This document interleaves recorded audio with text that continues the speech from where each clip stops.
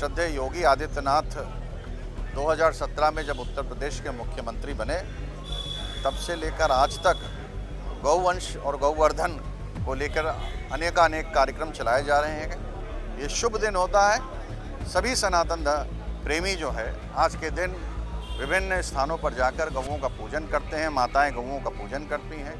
गौओं से प्रेम करना मुझे लगता है कन्हैया को सबसे ज़्यादा प्रिय है। तो कन्हैया की भक्ति करने वालों के लिए ये एक पूजा का अवसर भी है। नमस्कार, आप देख रहे हैं देहू हल्ला। मैं इस समय राजधानी लखनऊ के लक्ष्मण जानकीपुरम क्षेत्र में स्थित लक्ष्मण गौशाला में हूं। आज गोपाष्टमी है। इस समय यहां पर एक विशेष कार्यक्रम पूजा गौशाला में रखी गई है। स्थानीय विधायक नीरज बुरा जी हैं। सर, आपका बहुत बहुत स्वागत है। बहुत बहुत धन्यवाद, बहुत बहुत धन्यवाद।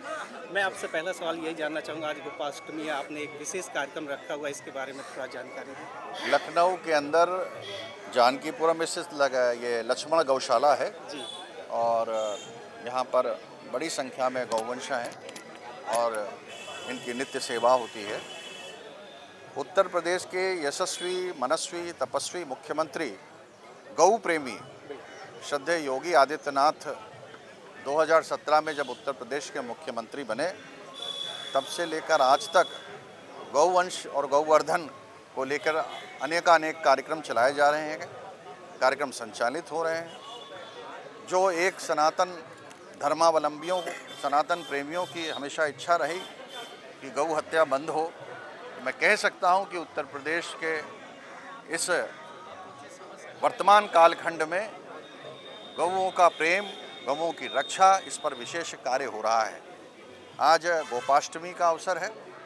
भगवान कृष्ण कन्हैया आज ही के दिन पहली बार गौओं का पूजन करते हैं और आज वो गौओं को लेकर प्रस्थान करते हैं। नंद बाबा और यशोदा के यहाँ से गौ चराने के लिए पहली बार निकलने वाले हैं। ये शुभ दिन होता है। सभी सनातन प्रेमी जो है आज के दिन विभिन्न स्थानों पर जाकर गौओं का पूजन करते हैं। माताएं गौओं का पूजन करती हैं। गौओं को भोजन कराया जाता है और मुझे लगता है भारत एक सनातन धर्मावलंबियों का देश है और गौओं से प्रेम करना, गौ हमारी माता है और उसका संवर्धन हो, इसके लिए हमें कार्य करना चाहिए। और गौओं से प्रेम करना मुझे लगता है कन्हैया को सबसे ज़्यादा प्रिय है। तो कन्हैया की भक्ति करने वालों के लिए ये एक पूजा का अवसर भी है। बिल्कुल बिल्कुल। मैं एक चीज़ जानना चाहूँगा, आमतौर पर देखा गया है कि इस वर्तमान समय में कई संस्थाएं हैं जो गौ सेवा के लिए निश्चित काम कर रही हैं, लेकिन एक युवा पीढ़ी को हम कैसे आकर्षित कर सकते हैं कि गौ के क्षेत्र में काम करें, गौ के गौशालाओं पर काम करें, क्योंकि युवा अभी भी थोड़ा सा कनेक्ट नहीं हो पा रहा है। इसको लेकर कोई योजना है क्या? तो मुझे लगता है कि जगह जगह पे आज कार्यक्रम हो रहे हैं और युवा, आपने बिल्कुल सही कहा, वो आज टेक्नोलॉजी के युग में सोशल मीडिया और इंस्टाग्राम का प्रेमी हो गया है।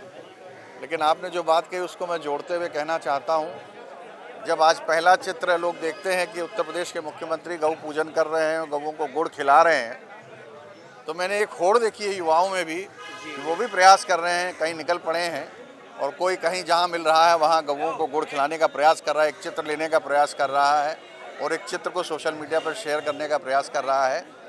चाहे उनका सोशल मीडिया का प्रेम हो, लेकिन इस प्रेम से कहीं ना कहीं गौ प्रेम भी जुड़ रहा है। बिल्कुल बिल्कुल सही कहा। आप अपने स्थानीय क्षेत्र में विधायक हैं, चूँकि आप यहाँ से, तो किन प्रयासों को इस समय कर रहे हैं गौ क्षेत्र में और आगामी योजनाएँ क्या हैं आपकी?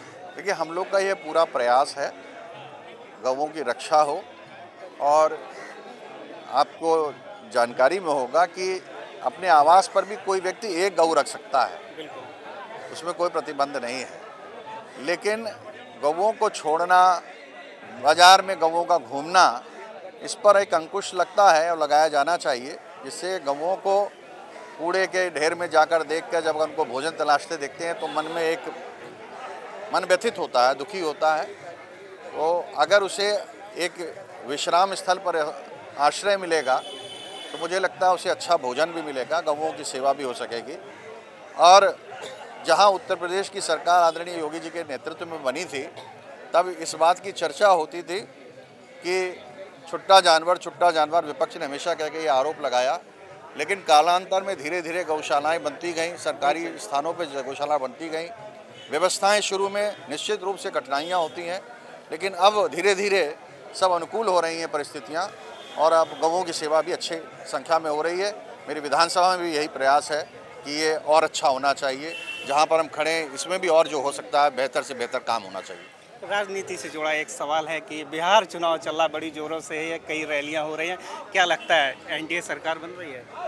बिहार में प्रचंड बहुमत के साथ एनडीए की सरकार बनेगी। एनडीए की सरकार में कहीं कोई संशय नहीं है, और भारी बहुमत के साथ अब की बार बिहार का परिणाम जो है पिछले सारे रिकॉर्डों को ध्वस्त करते हुए आएगा। धन्यवाद। ये गौपाष्टमी के अवसर पर स्थानीय विधायक थे जिनसे हमने बातचीत किया। विभिन्न मुद्दों पर उन्होंने हमसे बातचीत करके सवालों का जवाब दिया। कैमरामैन गौतम के साथ प्रतीक खरे, दीहो बदला।